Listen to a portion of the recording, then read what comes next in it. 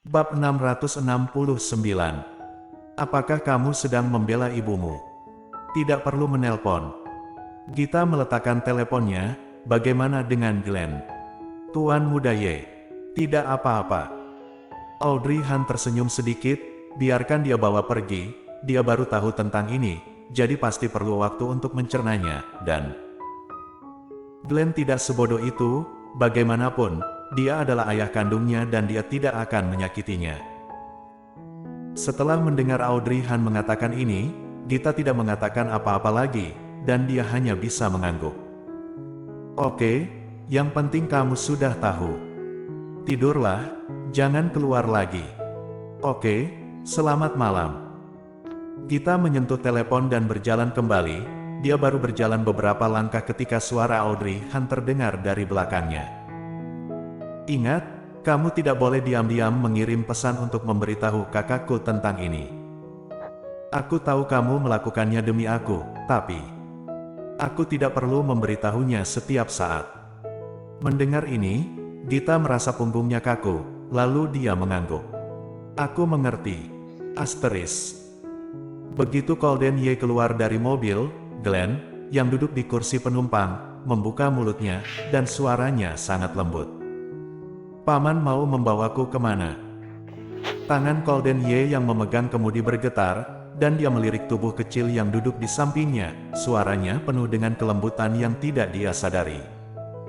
Bukankah aku sudah bilang? Jangan memanggilku paman, tapi Dedi. Glenn menatapnya dengan polos dengan mata berkedip. Coba panggil Dedi. Setelah mengatakan ini, Colden Ye merasa frekuensi pernapasannya meningkat banyak, tetapi setelah menunggu dan menahan napas untuk waktu yang lama, dia tidak mendengar apapun, yang ada hanya diam dan tenang. Colden Ye tidak tahan dan melirik Glenn di samping. Kenapa kamu tidak bersuara? Glenn mengerucutkan mulut kecilnya, lalu berkata, aku tidak akan memanggilmu. Mendengar itu, Colden Ye menarik napas dalam-dalam. Kenapa? Mommy tidak bilang kalau kamu adalah Dedi, jadi Glenn tidak boleh sembarang panggil. Ternyata begitu, Colden Ye tersenyum tipis, tapi momimu tidak mengatakan bahwa aku bukan dedimu. Lagi pula, kita berdua sangat mirip, jika aku bukan dedimu, bisa siapa lagi? Setelah mengatakan ini, pria kecil itu mencondongkan tubuh ke depan dan menatapnya dengan cermat, lalu duduk kembali, tangannya melingkar di depan dada, terlihat seperti orang dewasa kecil. Tidak, bahkan jika kamu terlihat persis seperti Glenn, Glenn tidak bisa memanggilmu Dedi. Kenapa? Bahkan jika kamu benar-benar dediku, aku tidak ingin kamu menjadi dedinya Glenn. Kata-kata ini menusuk hati Colden Ye seperti anak panah yang tajam. Tepat di depan ada lampu merah, dia menghentikan mobil, lalu menatap Glenn.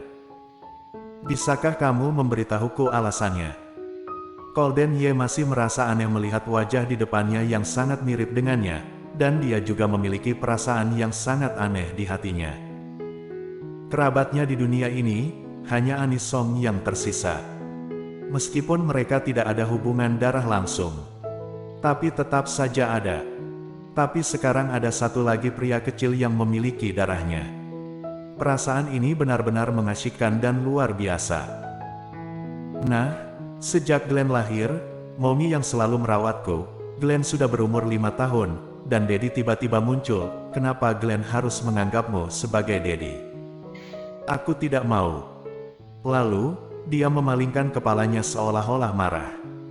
Mendengar kata-katanya, Colden Ye tiba-tiba terdiam.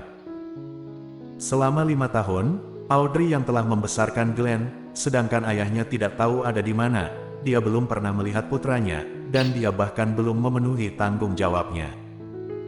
Seorang wanita membesarkan seorang anak. Jika dia tidak mengalaminya, Colden Ye secara alami tidak akan tahu betapa sulitnya itu. Tapi dia pernah mengalaminya, karena ketika dia masih kecil, ibunya menjalani kehidupan yang sulit membesarkannya sendirian, dan dia sendiri tahu betapa sulitnya masa-masa itu. Pria kecil.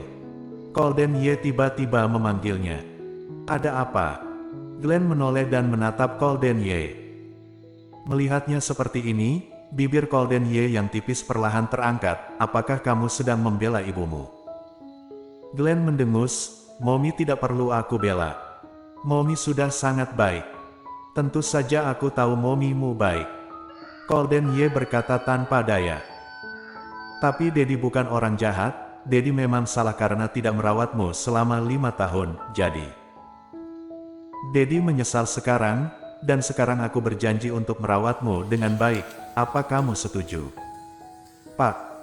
Setelah dia selesai bicara, ada suara klakson dari belakang. Ternyata lampu sudah hijau, tetapi karena dia sedang berbicara dengan Glenn, dia tidak fokus. Memikirkan hal ini, Golden Ye mengemudikan mobil dan berkata, "Oke, ketika kita sampai di rumah, Daddy akan memberitahumu hal-hal ini. Kamu tidak boleh panggil aku paman lagi. Kamu harus memanggilku Daddy." Glenn duduk dengan tenang dengan mata yang berkedip, terlihat polos dan imut, tetapi ada sentuhan licik yang tidak diketahui di matanya. "Huff, kamu belum memenuhi tanggung jawabmu sebagai seorang ayah selama 5 tahun. Sekarang malah ingin mengenali aku sebagai putramu setelah bertemu." Dia tidak berbuat banyak sebagai seorang ayah, tetapi dia berpikir dengan indah. Sampai membawanya keluar, jelas dia marah pada Mommy. Mominya adalah yang terbaik di dunia. Berani-beraninya dia marah pada ibunya. Bajingan. Glenn mengutuk dengan marah di dalam hatinya, merencanakan sesuatu di dalam hatinya. Dasar Daddy brengsek, dia telah membuat Mommy menderita, jadi dia harus membayarnya kembali 100 kali lipat. Sudah larut malam, tetapi Golden Ye mengendarai mobil untuk waktu yang lama dan membawa Glenn ke Great Lake Villa. Beberapa orang yang menjaga pintu sedikit terkejut ketika mereka melihat mobil Golden Ye kembali. Kenapa dia kembali ke Great Lake Villa sebelum harinya? Apakah dia membawa nyonya muda kembali? Tetapi ketika mobil lewat, beberapa dari mereka langsung kaget di tempat, dan 10 detik kemudian mereka baru bereaksi. Buset, apakah mataku rusak? Ada orang yang duduk di kopilot. Aku tidak salah lihat, kan? Aku merasa seperti melihat hantu. Yang duduk di sebelah Tuan Muda Ye sepertinya adalah seorang anak-anak. Bah, jangan berkata yang aneh-aneh, Tuan Muda Ye adalah orang yang hebat. Bagaimana mungkin dia adalah hantu? Siapa anak barusan? Tidak. Anak barusan terlihat persis sama dengan Tuan Muda Ye. Gila. Apakah dia adalah putra Tuan Muda Ye? Beberapa orang saling memandang dan tiba-tiba terdiam. Setelah waktu yang lama, mereka baru berseru pada saat yang bersamaan. Kapan Tuan Muda Ye punya anak laki-laki? Pada saat ini, mobil Golden Ye sudah berhenti, dan kemudian dia membuka pintu untuk Glenn. Ketika Glenn keluar dari mobil, dia dengan hati-hati mengangkat tangannya untuk mencegah kepala Glenn menabrak atap mobil. Bersambung.